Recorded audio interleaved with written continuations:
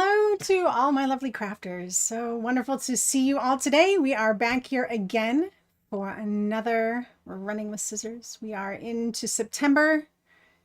Today is September 8th, 2022, and I would just love to send out my condolences to the world and to the UK and all of the British Commonwealth as we have lost Elizabeth II.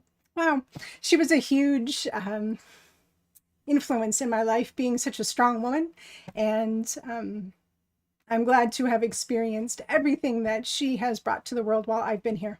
So hearts and tears and everything to you guys.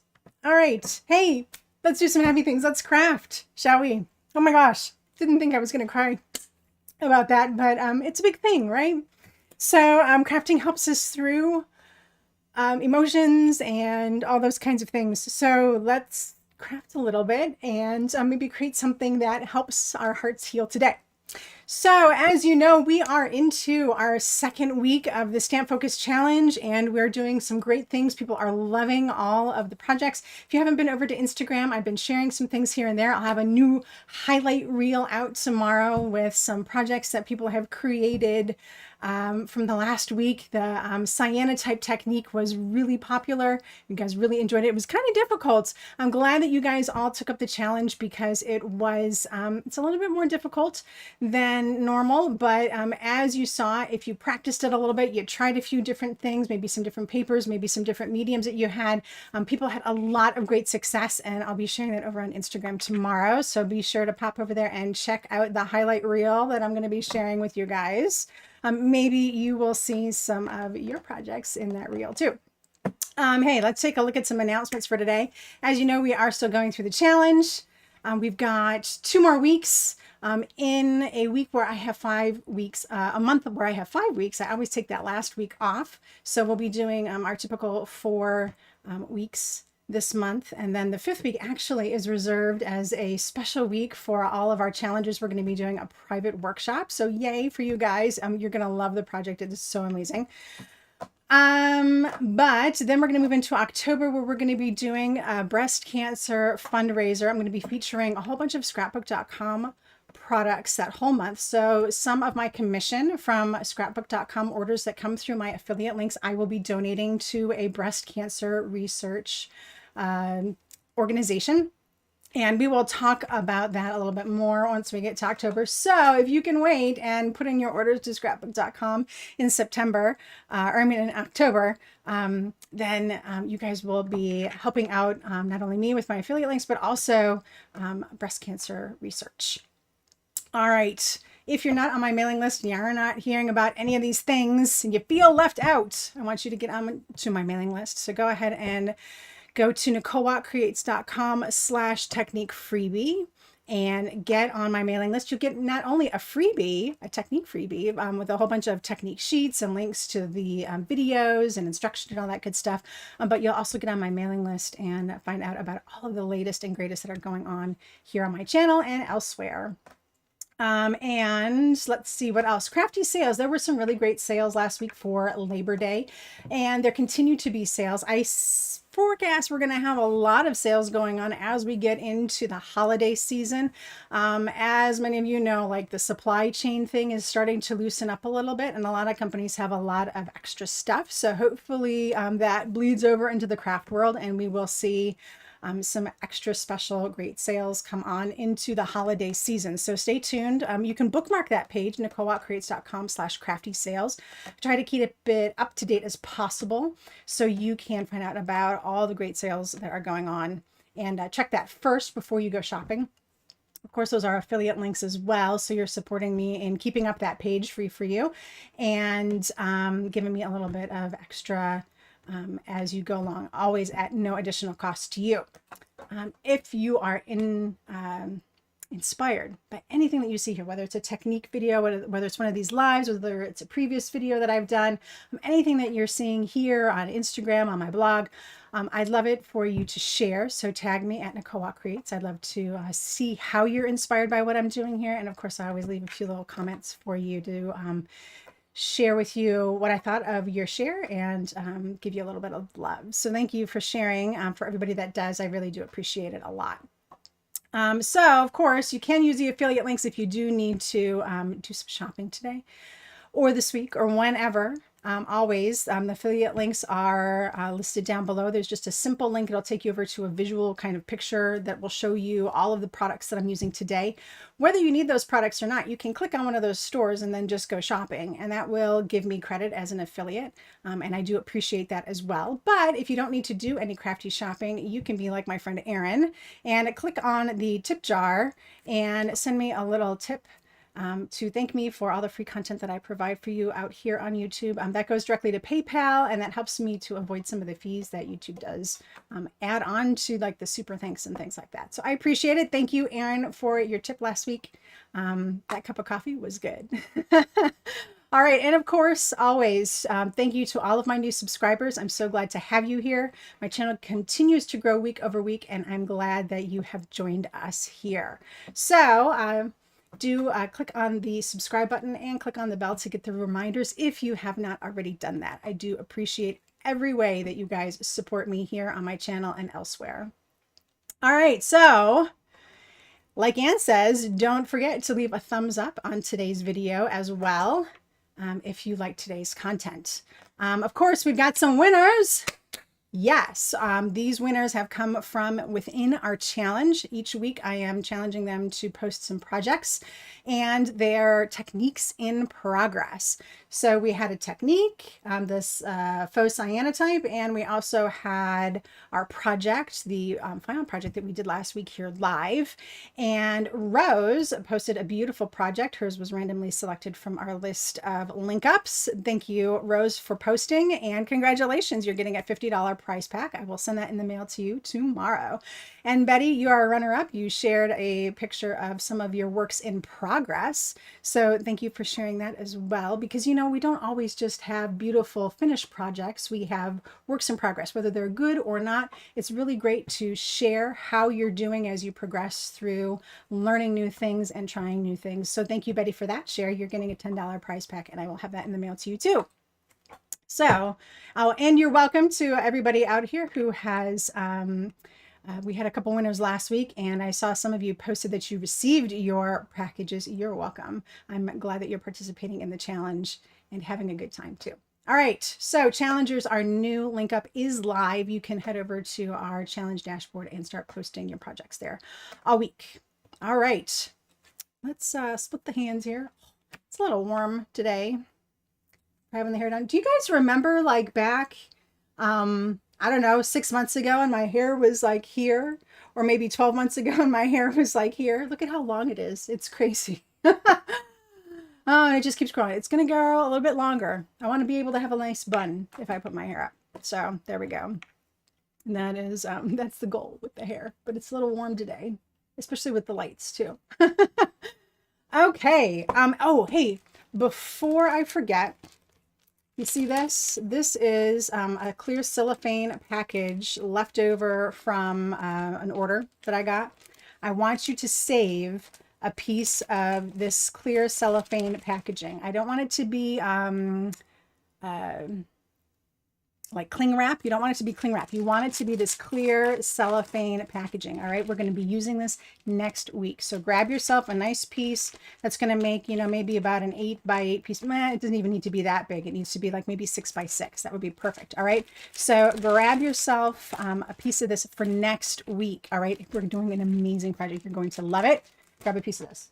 All right, so that's why I had that out, because I wanted to remind you guys. All right, so this week our challengers got a couple more techniques. They got the spiral swirl illusion, which is what we're going to be doing today.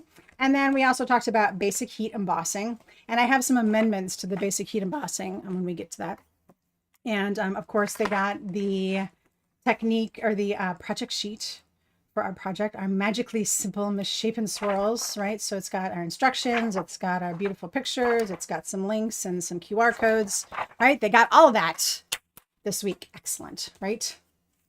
So let's take a look at our projects. Check these out. I love these. And they're beautiful. They are really great. So this one I used with the sentiment that comes with our stamp set. right? So Feed Your Soul is our stamp set this month. And it's really, really pretty. Very simple to do this technique, but it yields such amazing results. People are loving it already, right? But here's the thing, like you could just avoid the sentiment if you want altogether.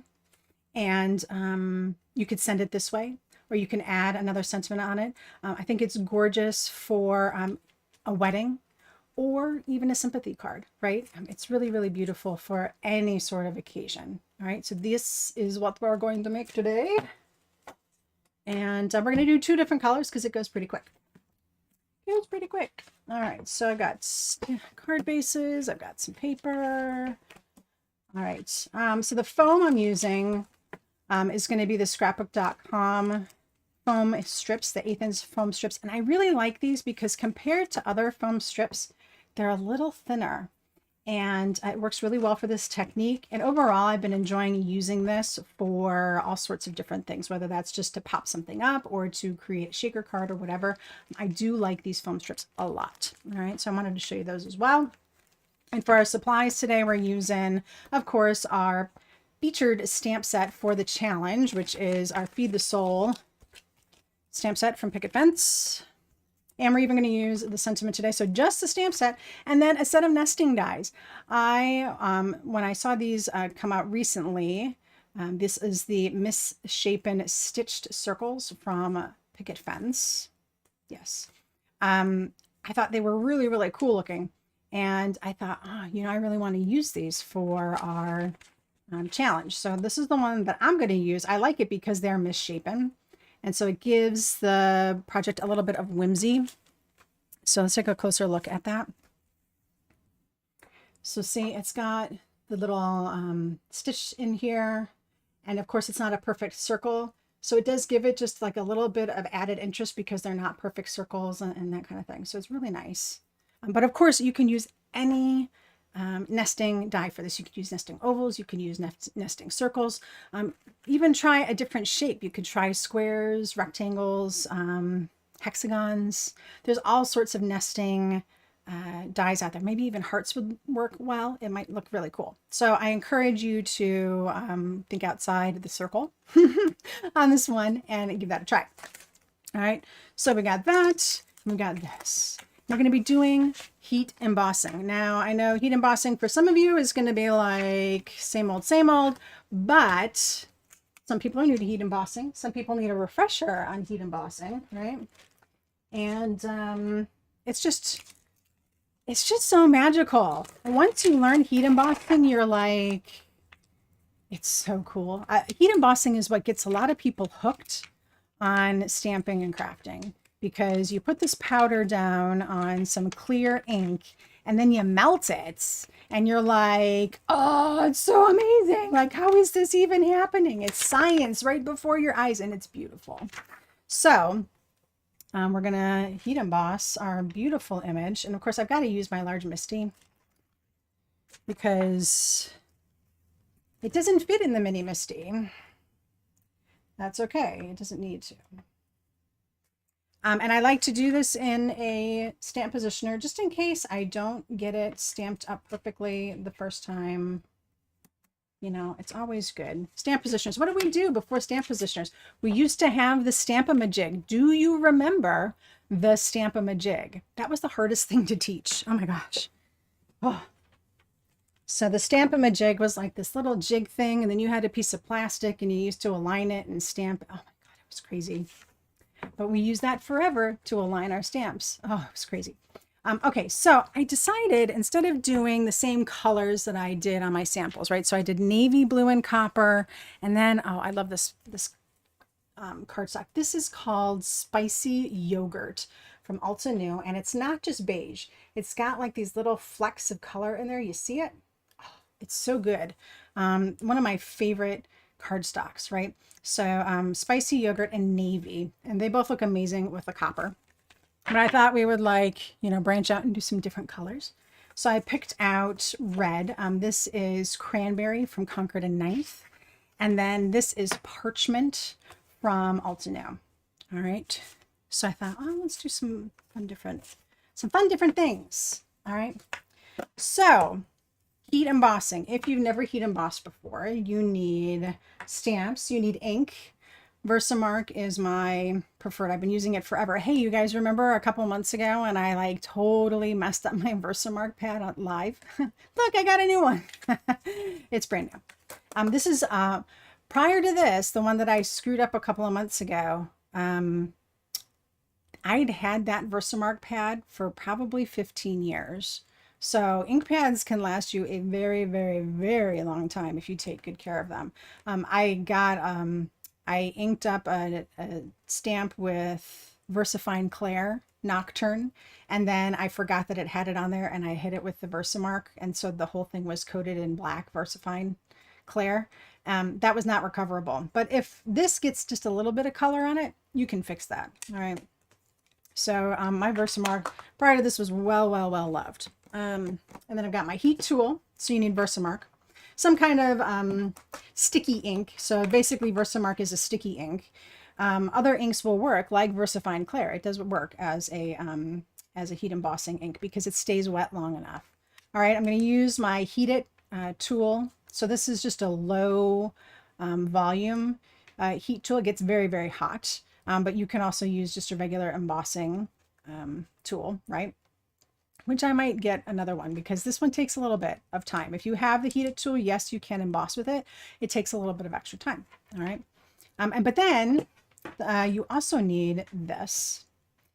And the reason why I say you need this like specifically is because this is the best anti-static powder tool I have ever used. I've used the little pouch. I had the pouch forever. And then one day the pouch got a little bit of ink on it and I wiped it on a piece of white cardstock, and then my piece of white cardstock got ink on it. And I said, I'm never using the pouch again.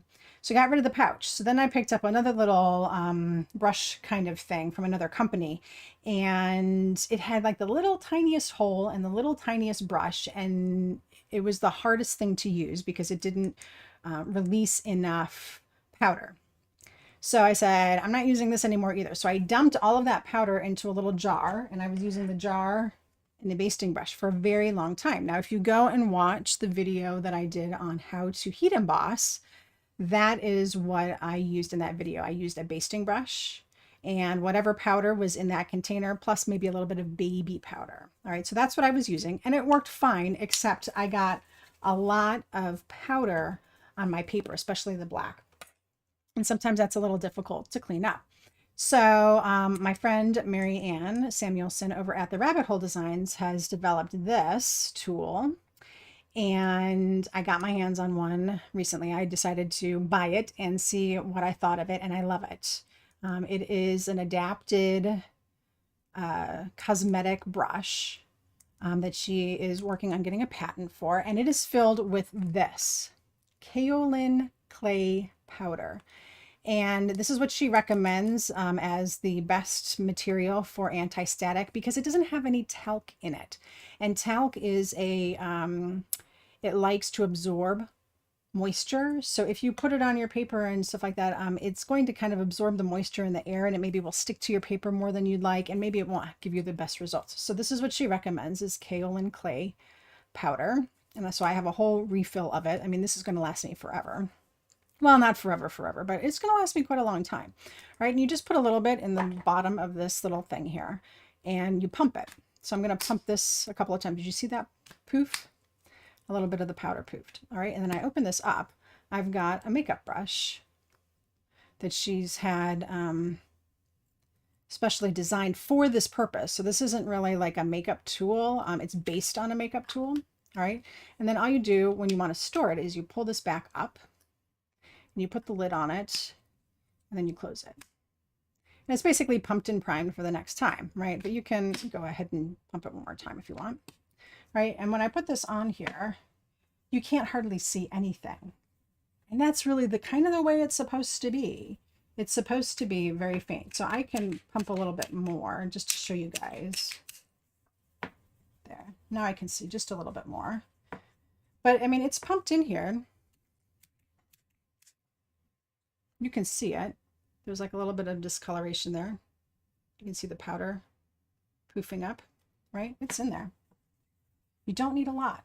right? So the nice thing about this is that it does spread evenly and it's nice and soft. It gets the powder where it needs to be without leaving a ton of powder. So I really, really, really do like this. It is in my shopping list. I recommend getting it.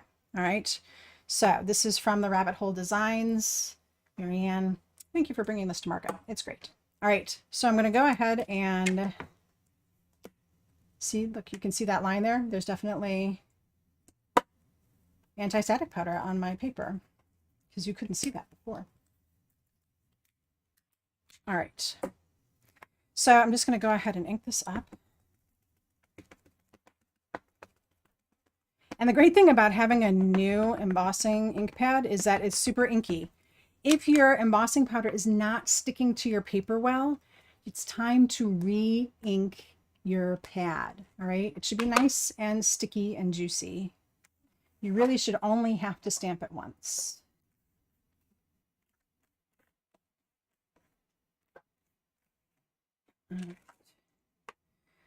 So here's an interesting comment. Elizabeth Roberts says, I think my embossing is smoother with the Heat It tool versus my hot air tool. And I totally agree. The Heat It tool heats more slowly. And I think it helps the embossing granules to spread before it soaks into the paper and becomes over embossed, right? Because it's very easy with a regular embossing tool to over emboss your paper and over emboss the powder. And what happens when that happens is the powder actually just kind of like melts into the paper and looks dull again. And it doesn't have that popped up beautiful effect that you would normally get from embossing, right? But with the Heat It tool, because it works so slowly, the powder doesn't melt as fast. It allows it to spread and I get a beautiful even finish, which is why I keep using it because I like the way it looks. All right, so here we go. So I'm going to go ahead and heat this up. Actually, you know what? I could probably, let's just do all this. No, we have to do a sentiment too. So I will do that. No, I changed my mind. I can change my mind 20 times a day, can't I? All right. So here's a great thing. This is, the embossing is nice and stuck on here. The ink is not going to dry between now and when I'm done with it. So I'm going to go ahead and emboss my other piece for both of our projects today. All right. So pop that in here. I also have a little piece here for the sentiment, because I need the sentiment for one of my projects. All right, so I'm just going to pop that right in there. I'm going to move this up. So I don't want that to get messed up. All right, so we mustn't forget to put our anti-static on our sheet here. I'm really guilty of forgetting it, especially when I'm doing a live stream, because I get ahead of myself. But I'm like, today you are talking about heat embossing. You better remember to put it on. All right. So this time, for this card, we're going to do the sentiment on it. So this is one where you can mix and match the layers if you want. Or you can do all one color. You could do like a rainbow. That would be really cool. And then you would have lots of different pieces. You could do a whole bunch of multiples. All right, so there, now we're done with the stamping. I don't have to worry about that anymore. And then we can get all the embossing out of the way too. All right. Now this embossing powder I'm using is the Wow copper embossing powder. It is super fine. And super fine is great for really for all purpose, and especially for super fine lines and sentiments. I generally use super fine embossing powder for everything. Like if it's an option, I buy it as super fine because I want to have nice, crisp, clean images. And super fine is the way that I'm going to get there. Now there is like regular embossing powder. It has a thicker granule, a heavier granule. And even for something like this, I don't think I get a nice enough look. But see, look at how thin this is going to turn out. Look at that. It's going to be so thin and delicate because superfine embossing powder does that for us. All right. And I love embossing so much that typically I don't keep things in those small containers unless they're colors I don't use often. But like all my metallic colors, I put in a little larger container and use a little spoon because I'm always embossing with them. Okay, now we can do some embossing. So here we go. I'm just going to take pokey tool here and we'll do a little zoom in so you can watch the magic happen. Come on. There we go. All right. So with embossing, you shouldn't really have to move around too much. You want it to start heating up and melting in one place and then go from there, right? We don't want to be going all around, all over the place. All right. That's how you miss a spot. All right. So we got to wait for this to heat up a minute. It's gonna make that noise for just a second here.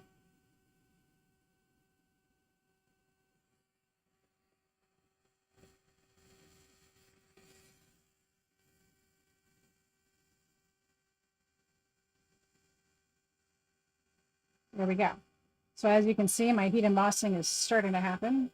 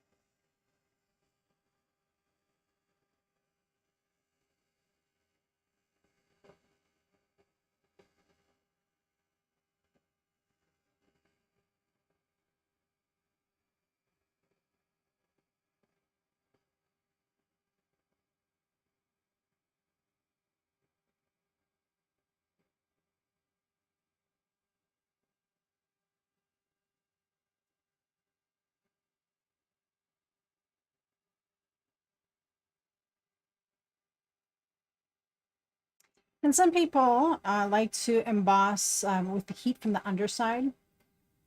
I find that with the heated tool, though, it is such a gentle air that you don't really have to worry about it. There's really no difference. So Tammy, I'm beating you to the punch here. There's really no difference heating from the top or heating from the bottom. Sometimes I used to like heating from the bottom because I was like, oh, well, it's heating up the embossing powder from the backside first. But I think what happens is either your embossing ink is too dry and your powder isn't sticking to it, right? Or your embossing tool is blowing that embossing powder around, which again, why is that? Probably because you don't have enough ink on your ink pad, which is not holding the embossing powder to your paper well enough, right? So I think the key really is a juicy ink pad. So if your ink pad isn't juicy, you better re-ink it.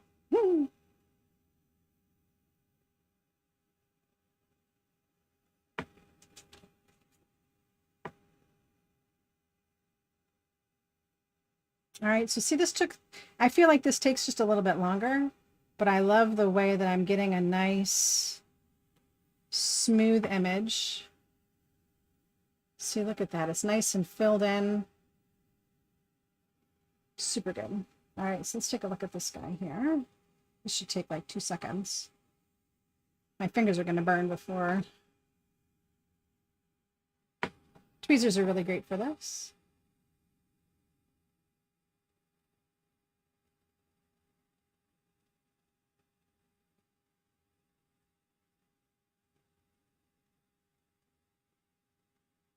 All right. Let's do our red.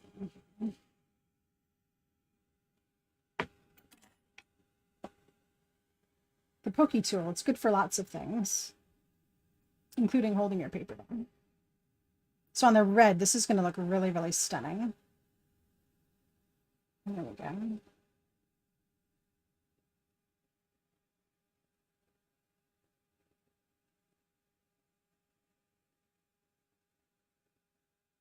And of course, as you know, once you have this heat embossed, you can do things to make this look a little bit more dimensional. You can add some ink blending on it. Like on this, I might take a darker shade of red, like maybe a burgundy color or something like that, and do some ink blending on it to make some of the flowers pop a little bit more. You could, of course, do this on white and do a totally ink blended page. Much like last week's cyanotite project, except it would be just an embossed resist. Okay. So lots of different ways to step this up even further if you wanted to. I tell you what, this thing gets really, really hot. You're not drying your hair with this. I don't care what anybody says. All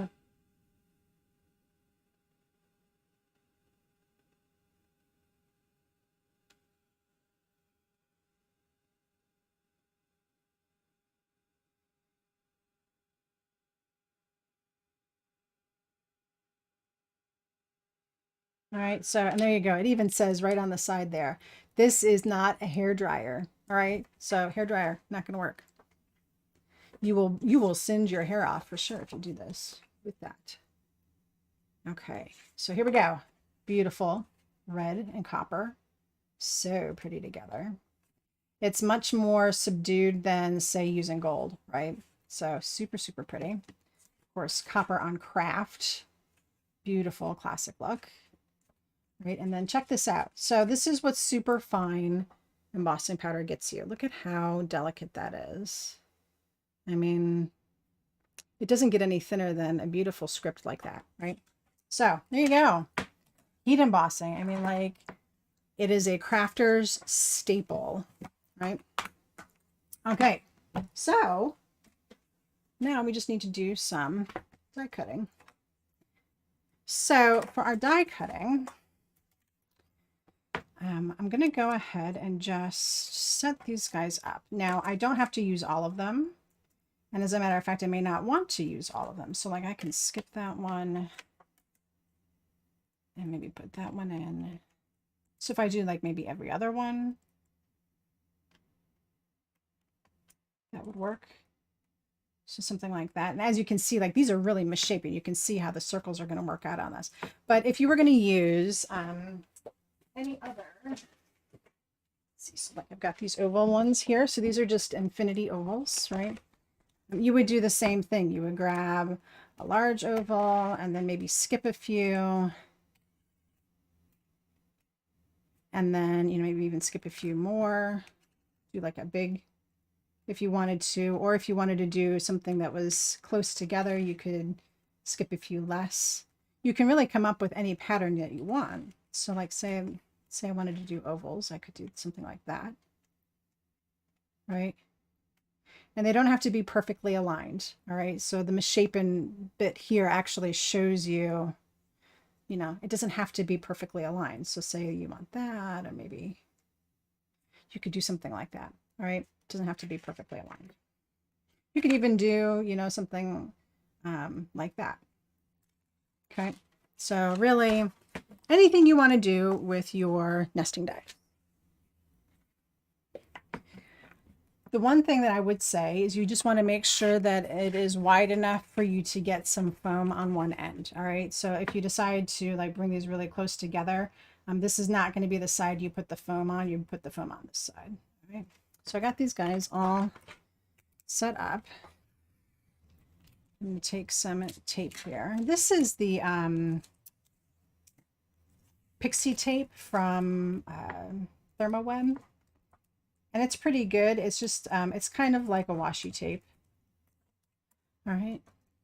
So the reason why I'm got these guys all set up like this is because I want to use this again on my next piece, and now I don't have to worry about relayering them. This comes in handy to do it this way, if you, especially if you want to be able to swap pieces out between your die cuts. All right.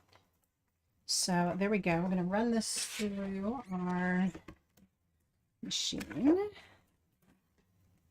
So there we go. Pop this through. All these fun machines and tools and things that we have today in crafting, we did not have 10 years ago. Like an electric die cutting machine. So much fun. So you want to keep every piece. You're not going to throw any of these pieces away. So even this little skinny one here, I'm going to use him. Right. So let's... Now, if you want to be really cool about it, you could leave this whole thing put together like this, or you can take it apart. If you're taking it apart, which is kind of the way that I showed it in the video, you want to make sure that all of your pieces stay together, or you want to actually like put it together like a puzzle, I should say. All right, so we got that piece, and this piece. So you got to like look at it and be like, where does this fit? How does it all go back together? I have a somewhat easier way now that I've thought about it, just a hair longer. All right, so you can work it this way if you want. All right, so I'm going to just try to put these together as a puzzle. Sometimes it takes a little bit of extra time though. But see how they're already like stuck in here? If you're lucky enough for them to stay stuck. And I don't know that I'd be able to get this right back in the right. So maybe I can. If you can get them back in, you could glue them while they're still here. And I will show you that on the second one around. So let's pull these all out.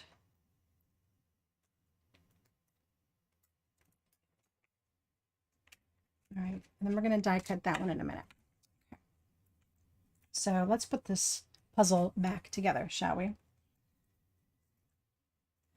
The key to making this look really good is getting it all lined up. So as you go, you can kind of tape your pieces back together. And sometimes it's good, like for this, that I've got these wonky shapes, because they're kind of easier to fit together, to be honest with you. So just have to have a moment of patience while you put your puzzle back together. And if you can, just use some washi tape or low tack tape along the way to keep them aligned as you get them back together. See how I'm taping that up as I go? That I find to be very, very helpful. All right, so some things that I honestly that I did not point out in the original video because I hadn't thought of them yet, folks. So for those of you that have gotten access to our technique video, here's some improvements to the technique already. You can take notes and put that on your technique sheet. All right. And Dimitri has come to say hello to us all. So if you hear a little kitty meowing in the background, that is Dimitri. All right, so just keep putting these all together.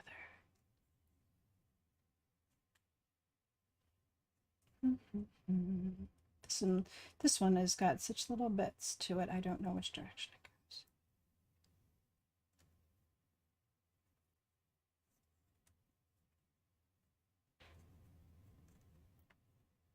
goes. Oh, there it is.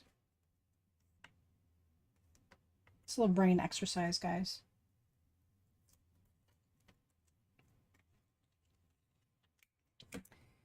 Karen says that she drew a pencil line on the back of the cardstock from the center to the edge. Oh, so that way she was able to line them up easier. See, lots of great ways to do that. Karen, let's do that for the next one since you said it. And then we can show everybody how that works. Because as you can see, like if you've got a little piece like this, it's like, which direction does that go, right? Oh my goodness. Yeah, so very clever, Karen. I agree, Cece. Super, super clever. That's why crafting is a community.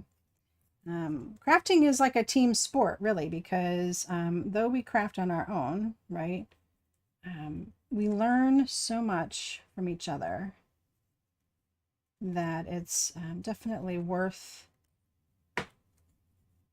taking your time to share those things with each other.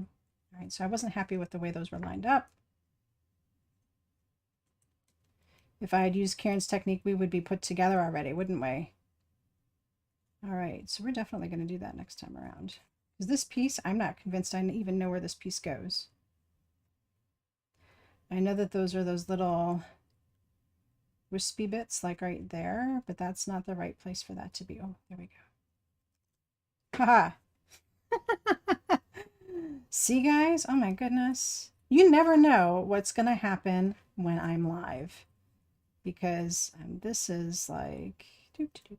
I'm not trying to suck up time either. Like...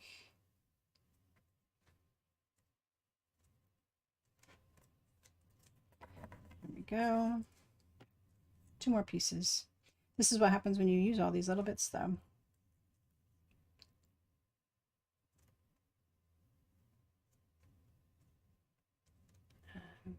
You will be happy that you took the time to get these all in order. One of our challenge members noted that she should have taken just a hair more time to make sure everything was aligned, because you could tell afterwards that it was not. And she thought, oh, it would look just a little bit better if I had taken just a little bit more time. Okay, so now I've got this all taped back together. I'm actually going to tape the bottom as well. Okay, so here we go. That one's all done and ready to go. Let's set that aside. Okay, so Karen says, draw a line across the back. And I will do it on a marker so that you guys can see it.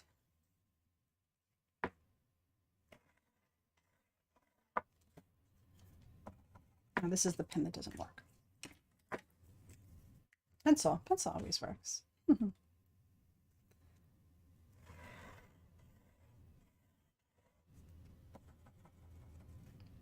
All of my pens are dying. Okay, now we have a pen mark. So let's see how that works out. Now, what I was also saying is that when you have this all taped down and you run it through your die cut machine, you can also just keep it together just like this, right? So if it does come apart, now we have Karen's line, but if it stays together, then we will just leave it that way. All right.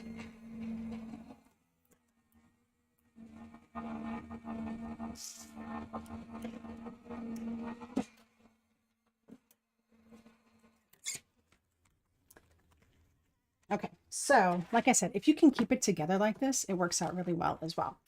If not, we've got now our line from Karen, which is super helpful too. Okay, so for this one, what I'm planning on doing is I'm going to glue it just with the dies and everything in place, because we can do that. All right, so what I'm going to do is I'm going to glue here. All right, and then from the middle, what I'm going to do is, see, I just put a little bit of glue on the top half of this one. I'm going to come back and put glue on the bottom, and then top, and bottom, top, and bottom. Now I'm alternating. Did you catch that? Top, bottom. And then on the background, I'm putting glue on the whole thing. All right, so what we have here, try not to get glue on my hands, is in the center bit, I put glue just on the top half. On this little first circle, I put glue just on the bottom half. On the next circle, glue on the top half. And then on this next little one, glue on the bottom half. Top, bottom, top, bottom, and then all the way around. Okay, so that is the trick. Now, I'm just going to sandwich it with another piece of plain cardstock in the same color. Right.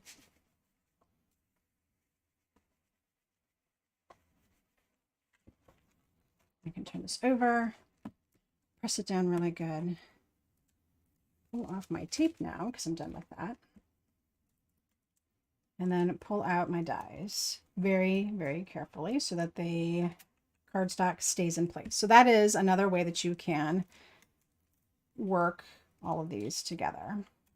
Right? So remember, some of them are, I mean, they're all stuck only half in place. So if it's pulling up a little bit, that's because it's supposed to, right? We want to leave it just like this for the moment.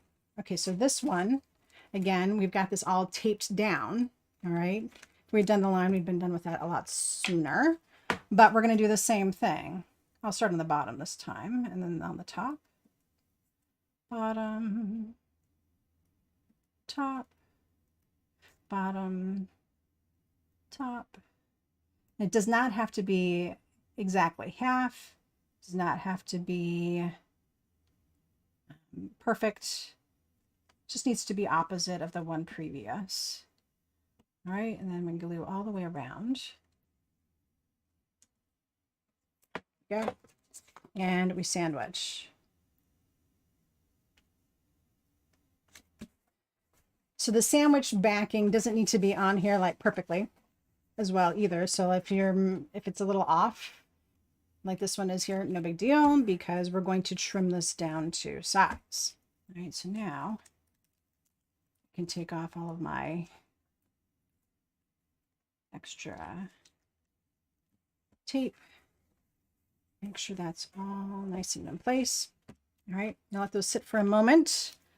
I'm going to go ahead and cut out my sentiment while I'm at it. So for me, what I did is I took this particular stitch die. I liked the size of the inside. See how that fits in there nicely? Nothing says that it has to be a stitched piece, right? So I'm just going to take it like so and die cut that bit.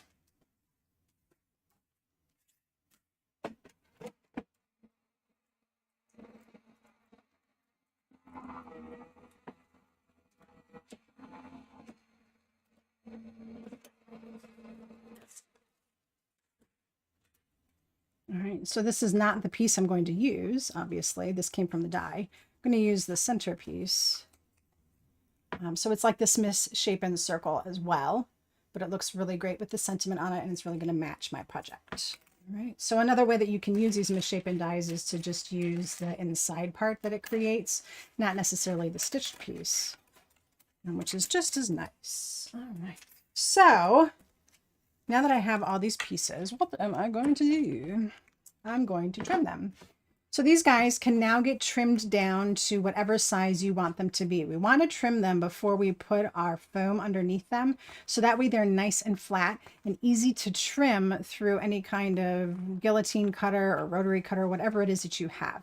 Keep it flat right now. So we can trim this down to any size. It can be 8.5 by 11, or not 8.5 by 11, 4 1/4 by 5.5. It can be 3 by whatever, whatever size you want it to be. Okay, you just know that you're just going to trim down whatever die cut that you have left over. So for one of these, I will do like a little border area, and then the other one I'll do the full size. All right, so talk amongst yourselves. I'll be right back.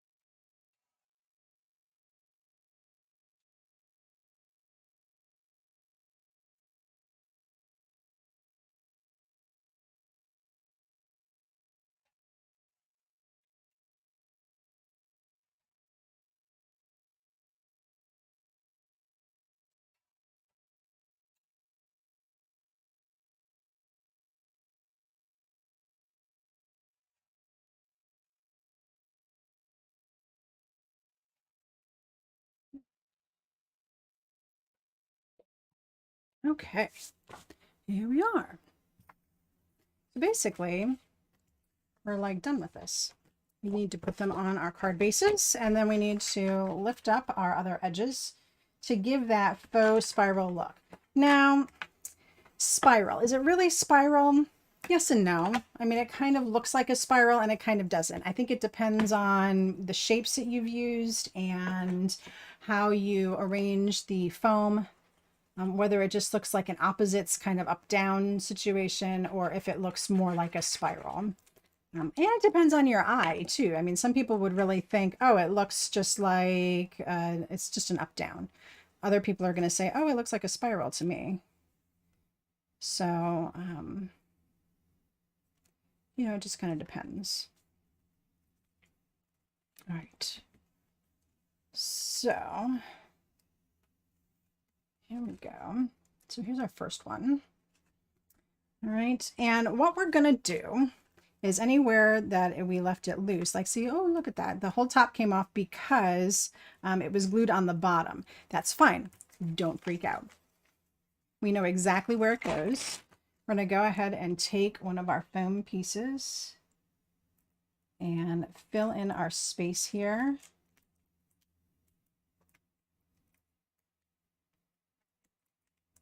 I also like this scrapbook.com foam because I can just kind of tear it off. It's pretty good like that.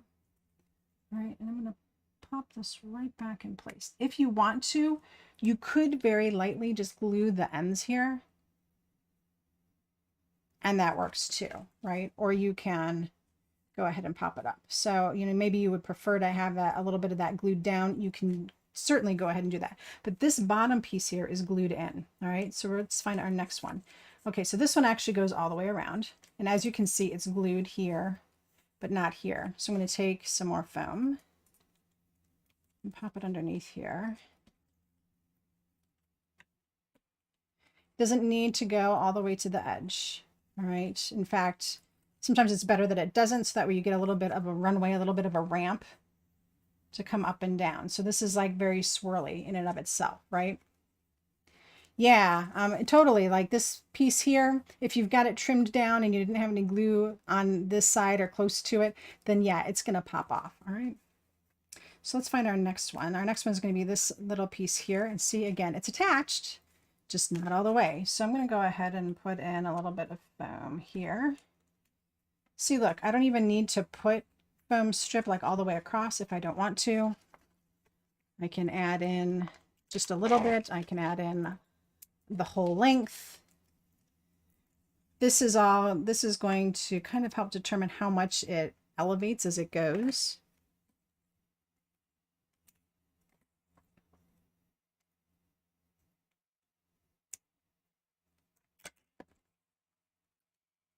But see, it doesn't even need to cover the whole space. You can definitely just put little pieces. You can use little foam squares too, if that's what you have.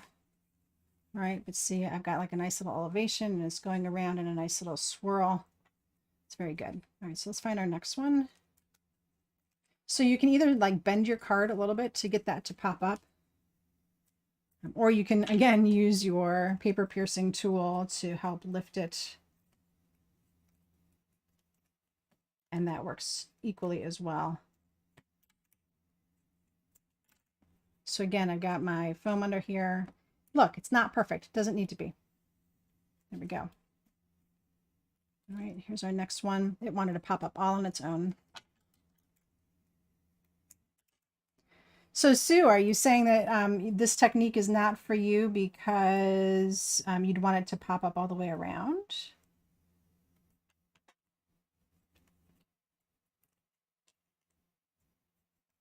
So there we go. And my bottom one.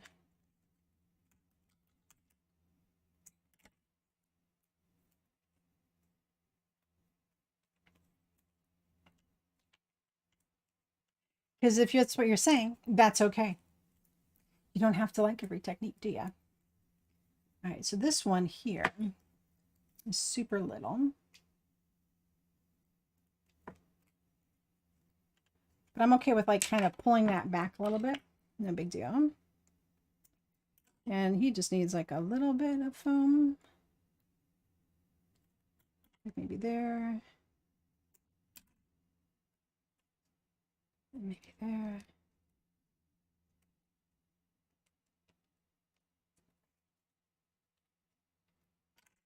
And then our centerpiece.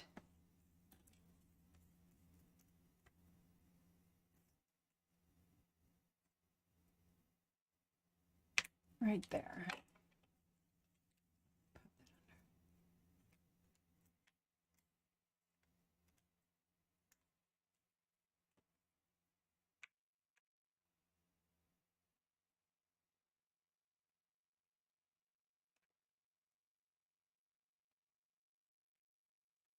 So there we go. So it's kind of swirly, kind of uppy downy. It just depends on how you've got it all placed and your perspective on it. Either way, it's really, really cool how that ends up. All right. So same thing with this. All right, we've got it all glued down. And again, my bottom piece here popped out. Again, no problem. So hey, let's do this one just slightly different. I will go ahead on this one and add a little bit of glue on the ends here. And actually, this little piece here needs to be glued down. On your little outside areas, you may notice a little bit of lift if you didn't glue down the back quite as well as you maybe should have. But those just need to get a little bit of glue on the ends there. All right, so let's pop this guy right in place.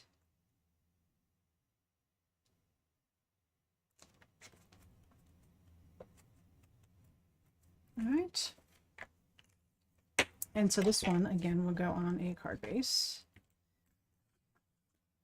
I cut this one down slightly smaller. So we'll have an even bigger, and that's not quite right either. Maybe these card bases weren't cut right. Let's see. Nope, I just didn't cut my cards right. That's fine.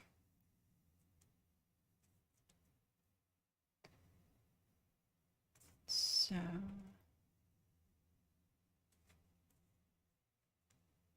I must have just mismeasured when I was standing over at the card at the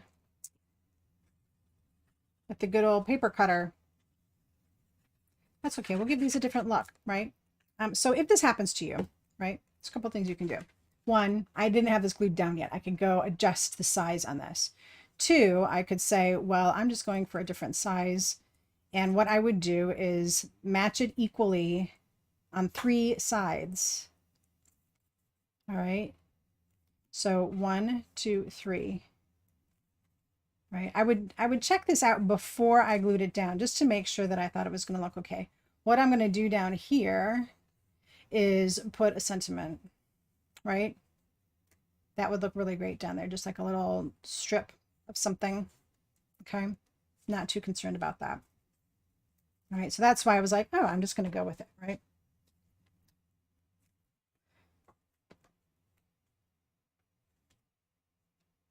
All right, so see, look, that's not even very much. And I'm going to just put that right on. Yeah, Elizabeth, math is hard some days. Normally, I don't have that kind of problem.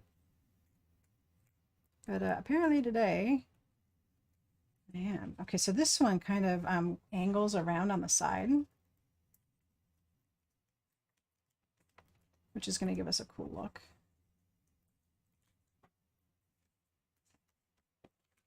All right. And then our next one is here. I love the red. I think this is really, really beautiful.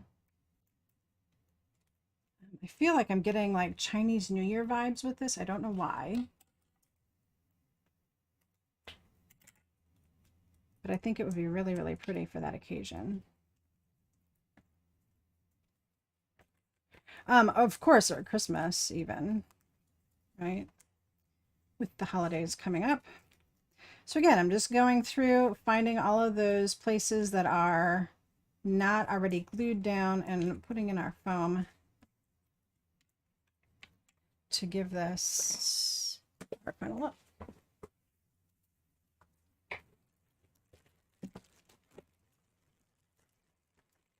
Yeah.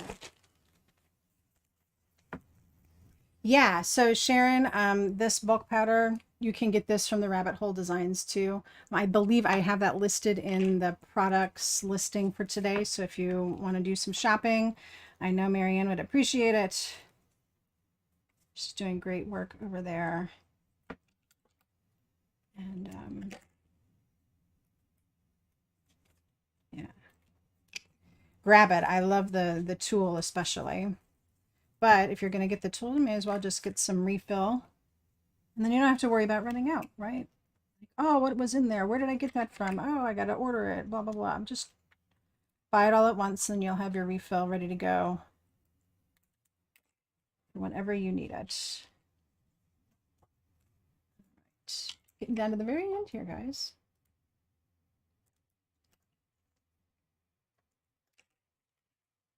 So honestly, with this card, what took the longest was putting together the pieces and adding the foam.